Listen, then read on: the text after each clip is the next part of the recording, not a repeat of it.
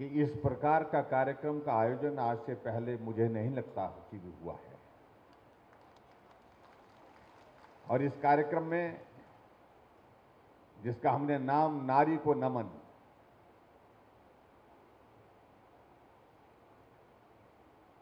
नारी को नमन का अभिप्राय यह है कि जीवन से मृत्यु तक हम उनके ऋण को कभी चुकता नहीं कर सकते। मां के रूप में, बहन के रूप में, बेटी के रूप में जिस प्रकार नारी की भूमिका रहती है, उस भूमिका को हमको सदैव स्मरण करना चाहिए। और आज इस विशेष कार्यक्रम में हमारे बीच में यहाँ हिमाचल प्रदेश विधानसभा के सम्मानीय अध्यक्ष श्री विपिन सिंह परमार जी, हिमाचल प्रदेश में हमारे परिवहन मंत्री जिनके पास उद्योग भी है भाई विक्रम सिंह ठाकुर जी, हमारे साथ वर्चुअल माध्यम से जुड़े सभी अलग अलग जिलों से सभी मंत्रीगण, विधायकगण, यहाँ मंच पर उपस्थित सभी सम्मानीय विधायकगण, महिला मोर्चा की प्रदेश की अध्यक्ष रश्मिधर सूद जी, पार्टी के सभी पदाधिकारी और यहाँ विभाग के सभी अधिकारीगण, उपस्थित सभी जिलों में मातृशक्ति जो आज के इस कार्यक्रम में हमारे साथ जुड़ी हुई हैं, और यहाँ उपस्थित सभी पत्रकार मित्रों, देवी और सज्जनों,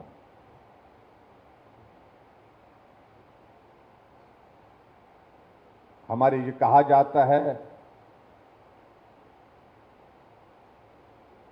कि जहां नारी की पूजा होती है वहां देवता निवास करते हैं, और हिमाचल देवभूमि है। जो कहा जाता है यत्र नार्यस्तु पूजन्ते रमन्ते तत्र देवता, यानी कि जहां नारी की पूजा होती है वहां देवता निवास करते हैं। और हिमाचल प्रदेश देवभूमि में मैं मानता हूं कि ये हकीकत है। और इस भूमिका में जो हमारी मातृशक्ति काम करती है, हमारी बहनें काम करती हैं, उनके हम जीवन भर आभारी हैं।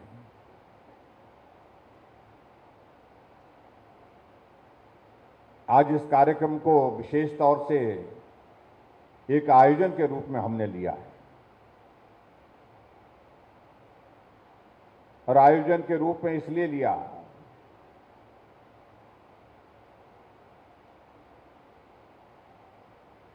कि देश की आबादी का लगभग 50% हिस्सा महिलाओं का है, और हिमाचल प्रदेश में ये आबादी का हिस्सा 50% से भी और ज्यादा बढ़ता जा रहा है।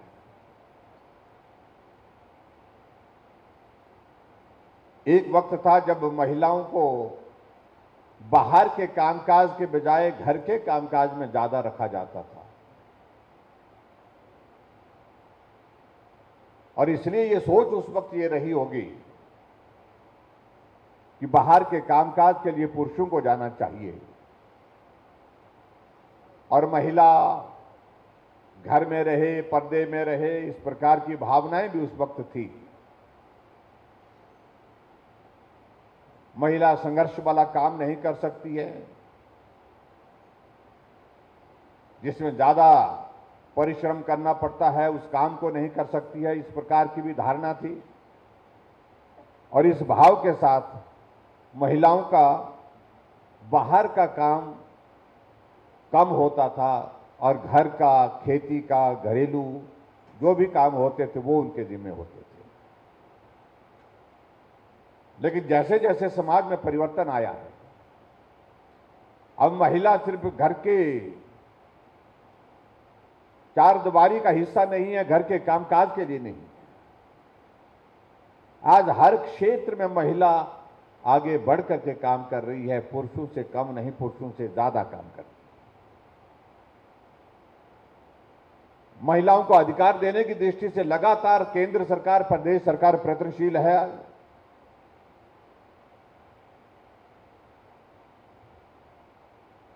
लेकिन और ज्यादा काम करने के लिए हमको अभी भी प्रयत्न करने की आवश्यकता है, ऐसा हम महसूस कर रहे हैं।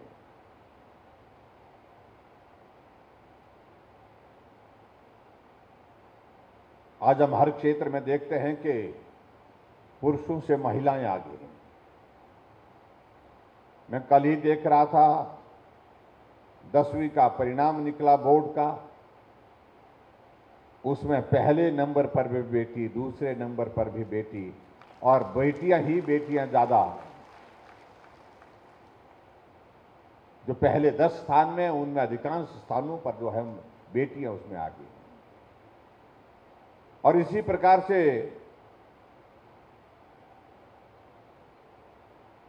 जब +2 का रिजल्ट निकला तो उसमें भी लगभग दौर इसी प्रकार का था।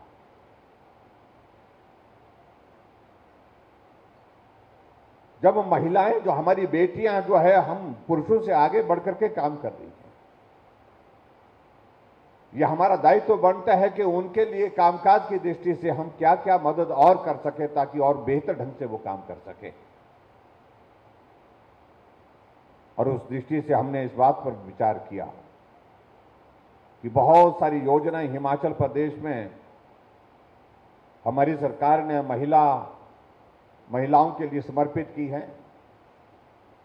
लेकिन एक काम हमको और करना चाहिए, क्योंकि महिलाओं को अब आना जाना, बाहर भीतर, घर के काम से हट करके, बाजार का काम, घर के काम से हट करके प्राइवेट सेक्टर में नौकरी करने का काम, एक नहीं अनेक जगह उनको कामकाज में जाना पड़ता है। ऐसी परिस्थिति में उनके लिए आने जाने के लिए और बेहतर तरीका क्या निकाला जा सकता है, और उसमें हमने विचार करने के बाद निर्णय किया कि महिलाओं को आने जाने के लिए अगर हम किराए में बस में कमी करें तो कैसा रहेगा। जब विचार करने लगे तो स्वाभाविक रूप से इस बात को लेकर के थोड़ी कठिनाई आई, और कठिनाई इस बात की आ रही थी कि HRTC ऐसे भी तंगी में चल रही है, और ज्यादा तंगी में हो जाएगी। ऐसे में क्या किया जाए। हमने एक बात को सुनिश्चित किया कि हिमाचल प्रदेश में जो हमारी HRTC की बसें चलती हैं, सिर्फ ये मुनाफे के लिए नहीं है। पैसा कमा लेंगे, और जगह से कमा लेंगे, आय के स्रोत हम और जगह से हम खड़ा कर सकते हैं, वहां से करने चाहिए। लेकिन हिमाचल प्रदेश में HRTC की बसों का, और HRTC बसों के साथ साथ में जो प्राइवेट सेक्टर में हमारी बसें चलती हैं, ट्रांसपोर्टेशन की बात अगर हम कहें, उसमें ग्रामीण क्षेत्रों में, दूर दराज के इलाके में, चाहे वो घाटे में चले, चाहे वो थोड़ा परेशानी में भी चले, लेकिन उसके बावजूद लोगों को सुविधा देने का लक्ष्य सबसे सर्वोपरि होता है। सबसे पहले बड़ा लक्ष्य हमारा यह है कि हम गांव के लोगों को सुविधा दे सकें। हम दूर दराज में लोग जो रह रहे हैं उनको हम सुविधा दे सकें। और उस दृष्टि से जब हमने इस बात पर विचार किया तो मालूम पड़ा कि लगभग 60 करोड़ से ज्यादा का खर्चा जो है सरकार को अतिरिक्त वहन करना पड़ेगा। हमारे कुछ साथी कहने लगे कि बहुत ज्यादा बोझ पड़ेगा, लेकिन मैंने कहा कि बोझ का विषय, इसको बोझ शब्द कहना ठीक नहीं। ये हमारा दायित्व है, ये हमारी जिम्मेवारी, इस जिम्मेवारी को निभाने के लिए हमको काम करना है। और हमने एक बात स्पष्ट कर दी कि जब महिला आबादी का 50% है और महिलाएं आज पुरुषों से कम नहीं, पुरुषों से ज्यादा कामकाज के लिए घर से बाहर निकलती हैं, ऐसी सूरत में उनका आने जाने का खर्चा कम कैसे हो।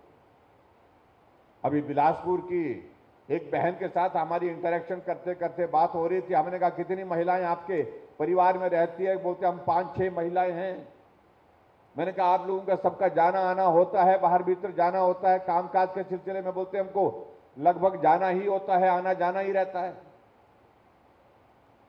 मैंने पूछा कि एक महीने में आपका कितना खर्चा हो जाता है? इस प्रकार का सबका परिवार का मिलाकर के कहा कि कम से कम 3,000-4,000 के करीब खर्चा होता है। अब आप कल्पना करिए, जहां 3,000-4,000 रुपए खर्चा एक महीने के अंदर सिर्फ आने जाने के लिए, कामकाज के लिए सिर्फ किराए के रूप में हो रहा है बसों में, उस परिवार का अगर उसका किराया अगर 4,000 से 2,000 आ जाता है तो कितनी बड़ी राहत उस परिवार को हो जाएगी।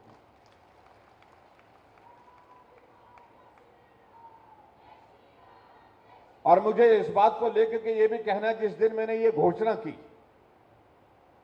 कि अगर महिलाएं 50% है तो किराया भी 50% लेंगे, जब हमने ये तय किया और हमारे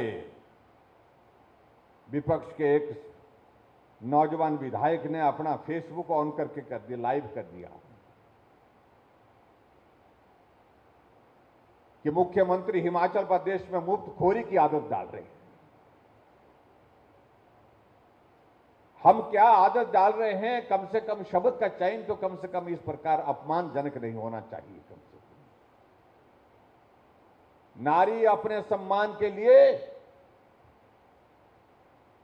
बहुत कुछ कर सकती है, मैं उनको कहना चाह रहा हूं।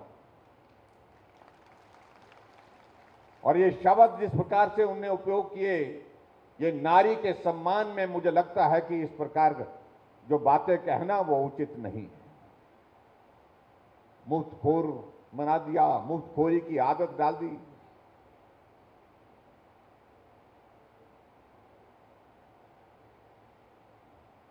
हमारा ध्येय बड़ा सीधा है और सरल है। आखिरकार बसों में ट्रैवल करने वाले कौन लोग होते हैं? जो अमीर आदमी होते हैं, उनके पास गाड़ी है, वो गाड़ियों में ही अपनी ही निजी गाड़ी में जाते हैं और अपनी ही निजी गाड़ियों में आते हैं। ये हकीकत है कि नहीं है? ये हकीकत है। अगर आज एचआरटीसी की बसों में, यार हिमाचल प्रदेश में ट्रांसपोर्ट की जो प्राइवेट बसों में अगर कोई ट्रैवल करते हैं, वो वर्ग ट्रैवल करता है जो अपनी गाड़ी अफोर्ड नहीं कर सकते हैं, जिनके पास अपनी गाड़ी है नहीं, अगर है तो अफोर्ड नहीं कर सकते हैं रोजाना उसमें जाना, इसलिए वो बसों में जाते हैं। अगर ऐसे वर्ग के लिए जो अफोर्ड नहीं कर सकते हैं, जो आर्थिक दृष्टि से उतने संपन्न नहीं है, काम के लिए जाना पड़ेगा, काम नहीं करेंगे तो परिवार का पालना मुश्किल, परिवार का संचालन करना मुश्किल। जब काम के लिए जाना पड़ेगा तो किराया उनका अगर हमने कम किया है, उनके लिए अगर मदद की है, तो मुझे लगता है कि ये मुफ्तखोर का शब्द जो है उनसे पूछना चाहिए, उन मित्रों से पूछना चाहिए, ये शब्द आपने जो लिया है ये आने वाले समय में बहुत महंगा आपको पड़ने वाला है। ये उनको संदेश देने की भी जरूरत है।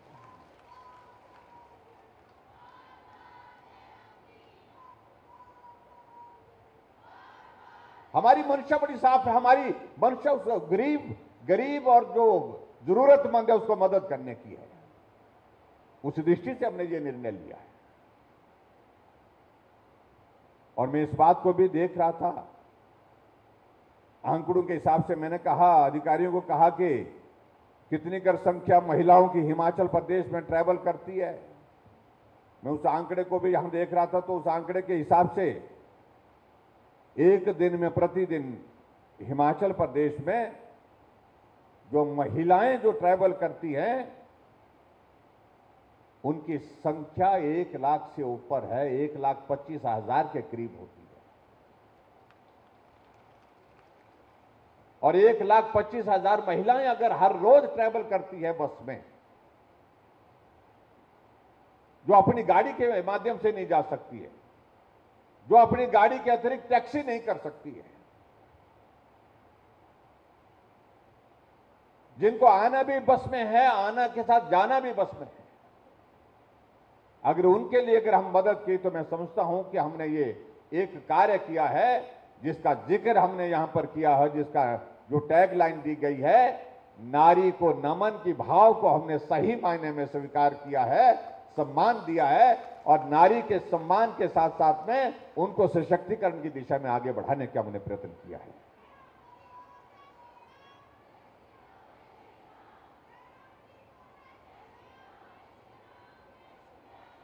सबसे पहले मैं इसी बात को कहना चाह रहा हूं कि इसको उस तरह से देखने की आवश्यकता नहीं जिस तरह से वो दूसरे लोग इसको देखने की कोशिश कर रहे हैं। और ये भी मैं कहना चाह रहा हूं, जिस तरह से अपमानजनक टिप्पणियां उन लोगों ने नारी के सम्मान में, जो जिस तरह से उन बातें कही हैं जो सम्मान को ठेस पहुंचाती है, नारी के दिमाग में कोई एक बार कोई बात चढ़ जाए तो उसको दिमाग से निकालने में बहुत वक्त लगता है।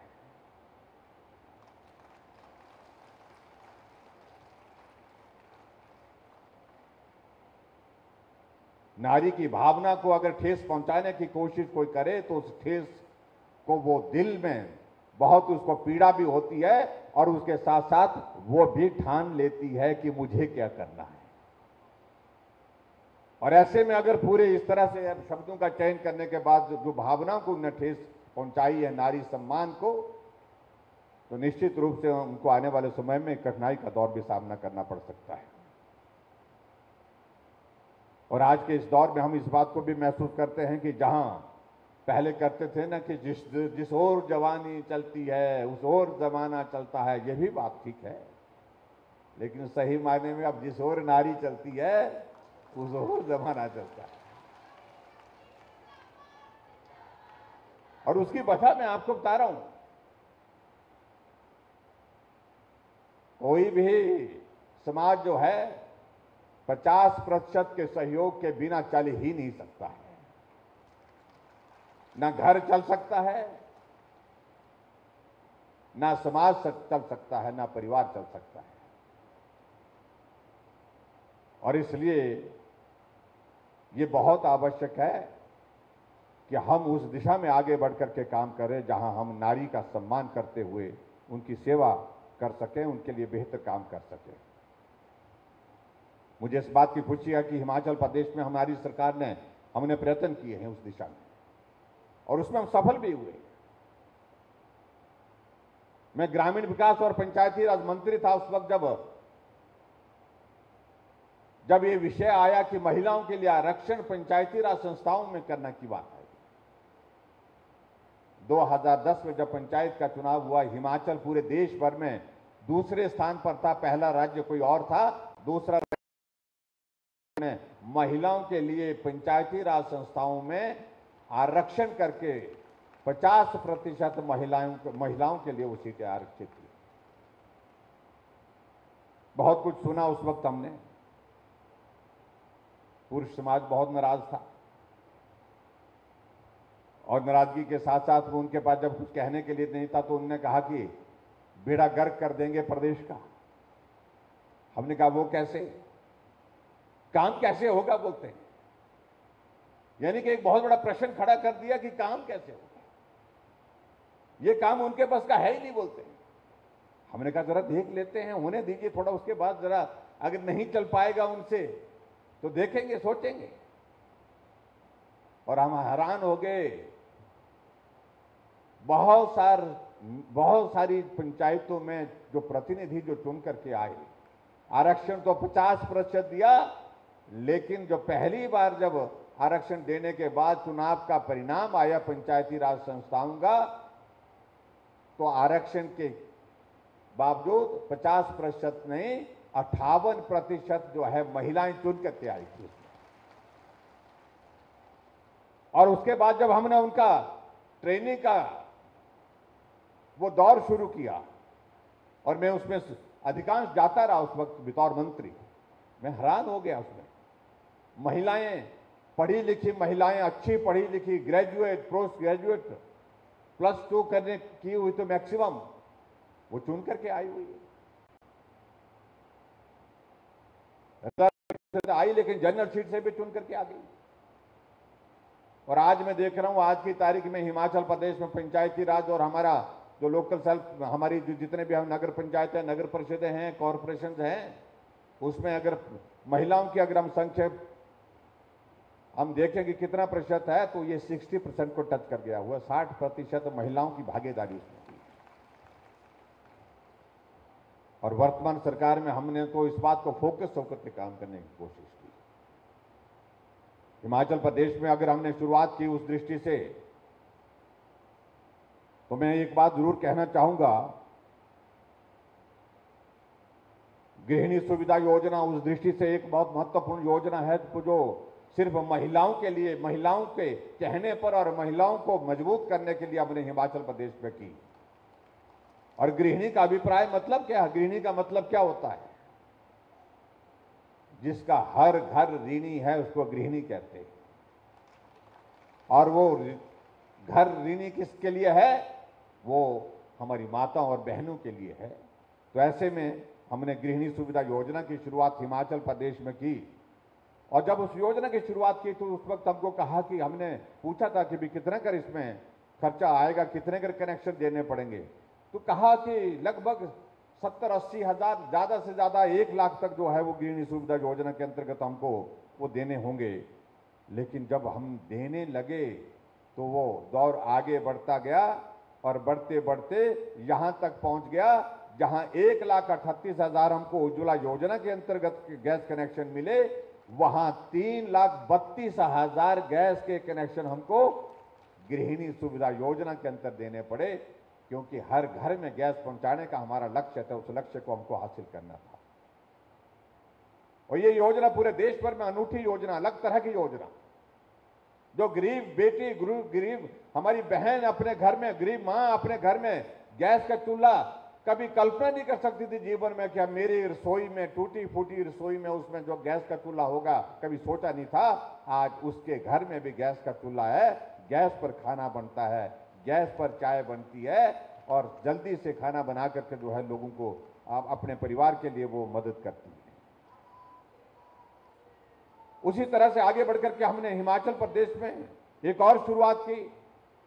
और वो शुरुआत की, हमने कहा जो बीपीएल परिवार की जो हमारी बेटियां हैं, उन बेटियों के लिए हमको अलग से सोचना चाहिए, उनकी मदद करनी चाहिए, क्योंकि बेटी के जीवन में बहुत बड़ा परिवर्तन होता है जब अपने मां बाप का घर छोड़ करके वो अपने ससुराल जाती है।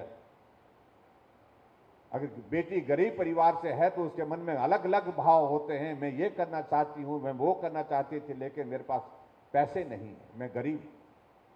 हमने तय किया कि इस भाव के साथ उस बेटी की विदाई नहीं होनी चाहिए।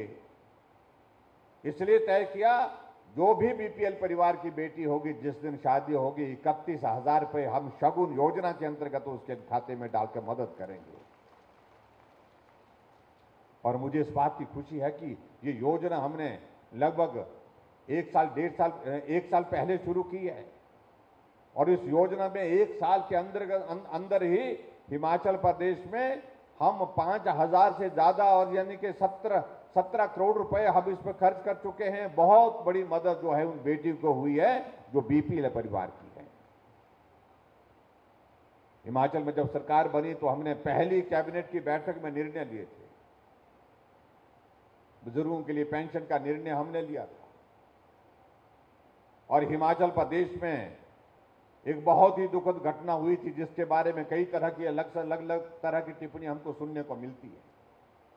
और कुछ लोग उसको बहुत ऐसे कहते हैं कि छोटी मोटी घटना, ये बहुत दुर्भाग्यपूर्ण।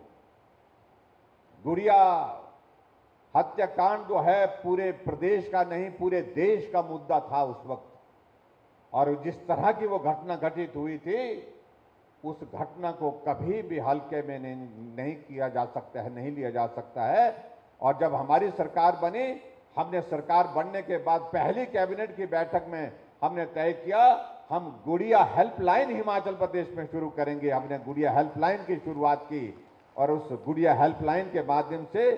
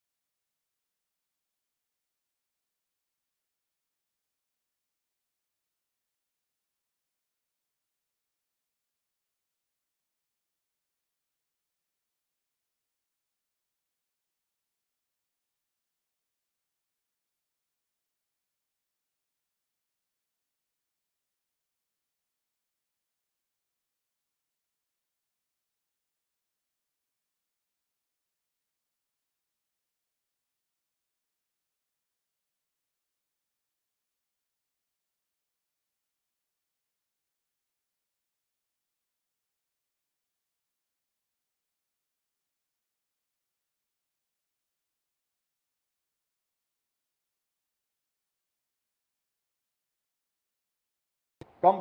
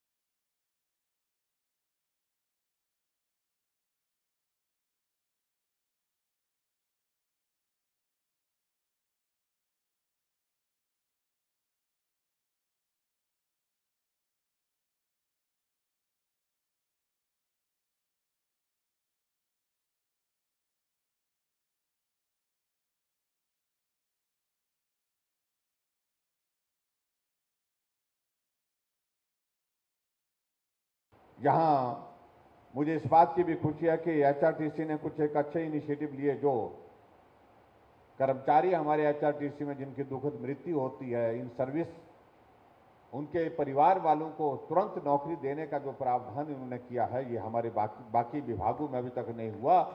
2 बहनों को यहाँ पर आज नौकरी प्रदान कर दी गई, उनको भी मैं बहुत बधाई देता हूँ। उनके परिवार के ऊपर जो बहुत बड़ा एक संकट आया था, उस संकट से अब बाहर निकलने की स्थिति में हो पाएंगे, ऐसा मुझे पूरा भरोसा है।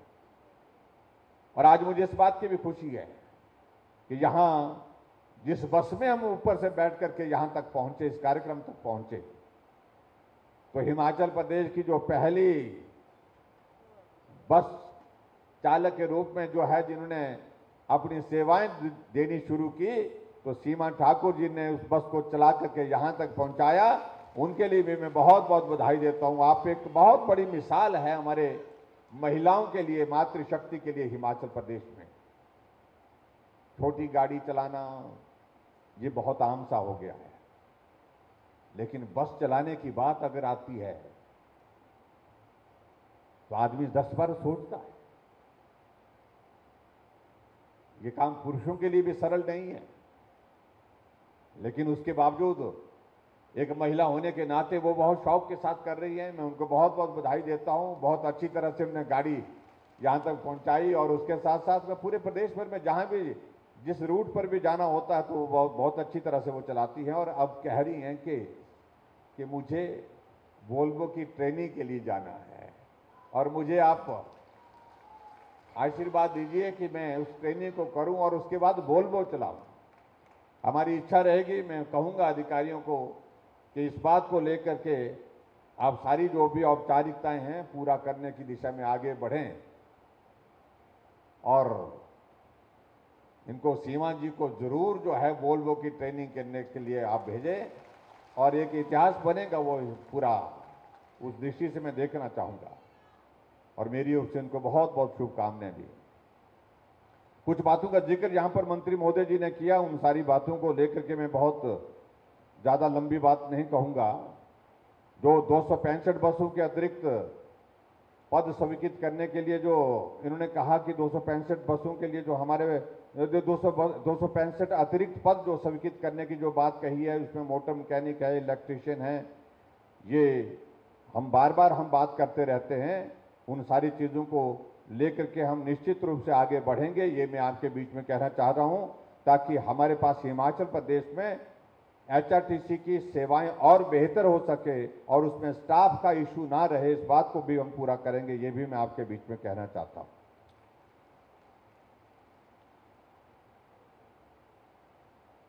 और इसके साथ साथ में एक और बात जो कही गई यहां पर,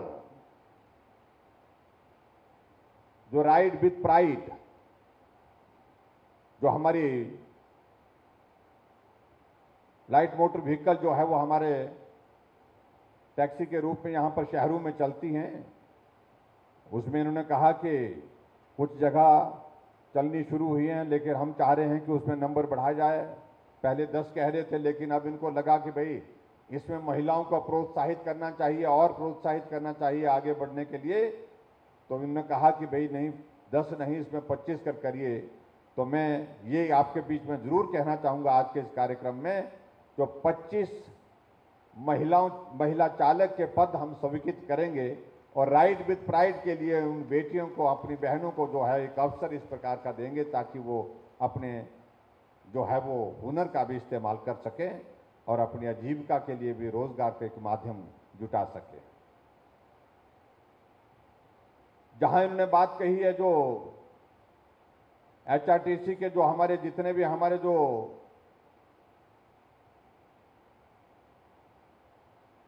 अलग अलग स्थानों में जहां बस डिपो खोलने की जो बातें कही है, चाहे वो जोगिंद्रनगर है, करसोग है, संसारपुर है, जयसिंहपुर है, अलग अलग स्थानों में कहा है। इन्होंने कहा है कि उसके लिए कुछ पैसों की आवश्यकता है। जो पैसों की आवश्यकता है उसके लिए भी हम सुनिश्चित करेंगे कि वो पैसों की आवश्यकता को पूरा करे। आपने जितना पैसा कहा है, मैं फाइनेंस डिपार्टमेंट के साथ इस सारे मामले को टेकअप करूंगा ताकि आपके सारे के सारे जो इस तरह के बस डिपो है वो बन करके तैयार हो जाएं। जहां जहां भी आपने काम शुरू किया है उस तरह से आप आगे इस काम को पूरा कर सके, ये भी मैं आपके बीच में कहना चाहता हूं। एक और चीज को लेकर के बात कही गई है कि हिमाचल प्रदेश में जो हमारी बसें एचआरटीसी की शुरू करते हैं तो उसमें बसों का किराया, जो स्टार्टिंग पॉइंट का जो किराया जो है वो उसमें शायद मेरे ख्याल में पहला 7 रुपये है। आपको बस चढ़ते ही आप चाहे 1 किलोमीटर चलें चाहे 2 किलोमीटर चलें, कितना देना पड़ता है? 7 रुपये देना पड़ता है। कहा कि इसको थोड़ा कम कर दिया जाए, तो मैं आज के इस अवसर पर इसको थोड़ा कम करने की और बात कहना चाह रहा हूं। इसको 7 रुपये से घटा करके 5 रुपये करने की मैं घोषणा करता हूं, ताकि बहुत सारे लोग ऐसा है जिनको सफर लंबा नहीं होता है लेकिन उसके बावजूद उनको सफर करना पड़ता है। तो इन सारे कार्यक्रमों के बीच में मैं आप सबको खासतौर से आज महिला मोर्चा को बहुत बहुत बधाई देना चाहता हूं। आपने कहा कि महिला मोर्चा, मोर्चू में मोर्चा, महिला मोर्चा, लेकिन आप जो है प्रतिद्वंदिता पैदा कर रही है। प्रतिस्पर्धा तो हो ही रही है लेकिन प्रतिद्वंदिता भी कर रही है। क्योंकि जब ये मैंने घोषणा की है 50% की महिलाओं के लिए, तो हमारे पुरुष साथी थोड़ा निराश हुए इस बात को लेकर के कि भाई ये महिलाओं के लिए ही क्यों, हमने पुरुषों ने क्या बिगाड़ा है इसमें, ये तो हमारे लिए भी होना चाहिए। हमने कहा आपको इसका लाभ तो मिलेगा ही मिलेगा, हमको क्या लाभ मिलेगा बोलते हैं, हमको तो पूरा किराया देना पड़ेगा। मैंने कहा किराया तो आपको पूरा देना होगा, लेकिन इतना भी तो सोचिए कि जब आपके परिवार से कोई महिला कामकाज के लिए बाहर जाएगी और बस के सफर में उससे किराया जब लिया जाएगा तो आधा लिया जाएगा, तो आधा किराया जो है आपका बचा कि नहीं बचा, आपके बटुए में पैसे बचेंगे कि नहीं बचेंगे, बोलते हाँ वो तो बचेंगे। मैंने कहा इस तरह से भी सोचिए इसको। लेकिन जरूर है, मैं इतना जरूर मानता हूं कि खासतौर से इस निर्णय के लिए हम सब लोगों को समाज के बीच में जाना है। खासतौर से आपके जिम्मे एक काम रहेगा कि हर महिला तक ये जाना चाहिए, नारी को नमन का मतलब कि हमने आधा किराया आपका हिमाचल प्रदेश में कर दिया, और आधा किराया करने का भाव ये है कि जो किसी विवशता के कारण, मजबूरी के कारण निजी गाड़ियों में टूर नहीं कर सकते, टैक्सी में टूर नहीं कर सकते, जा नहीं सकते हैं, वो सिर्फ HRTC की बसों में जाते हैं, हिमाचल प्रदेश रोड ट्रांसपोर्ट की बसों में जाते हैं, चाहे वो प्राइवेट है चाहे वो गवर्नमेंट की है, तो उनको किराया देना पड़ता है। उनके लिए अगर हमने मदद की है, इस भाव को लोगों तक पहुंचाने के लिए, महिलाओं तक पहुंचाने के लिए आप सब काम करेंगे, ऐसा मुझे पूरा भरोसा है, पूरा विश्वास है। और निश्चित रूप से मैं आपके बीच में ये भी कहना चाह रहा हूं, आने वाले समय में जो परीक्षा के एक दौर हमारे समक्ष है,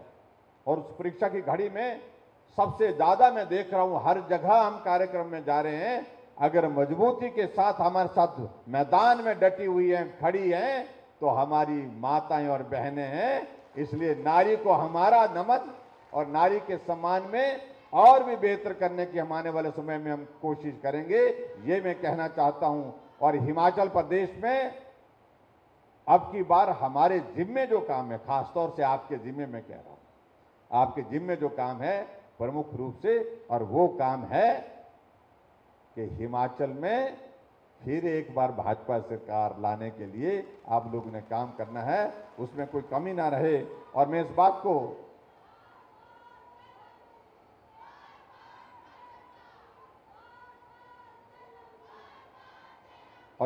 को दावे के साथ कह सकता हूं, जब महिलाएं ठान लेती हैं, तय कर लेती हैं, कोई ताकत रोक नहीं सकती। मैं कह सकता नहीं रोक सकती है, नहीं रोक सकती है,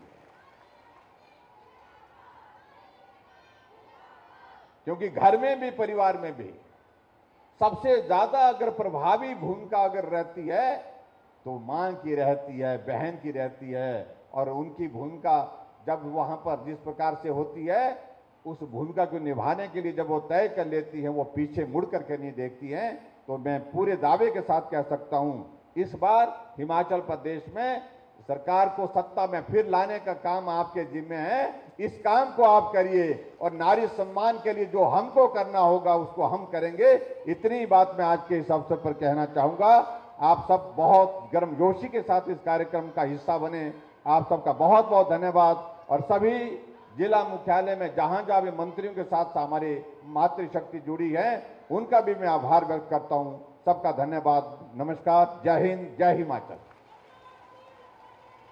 धन्यवाद महोदय।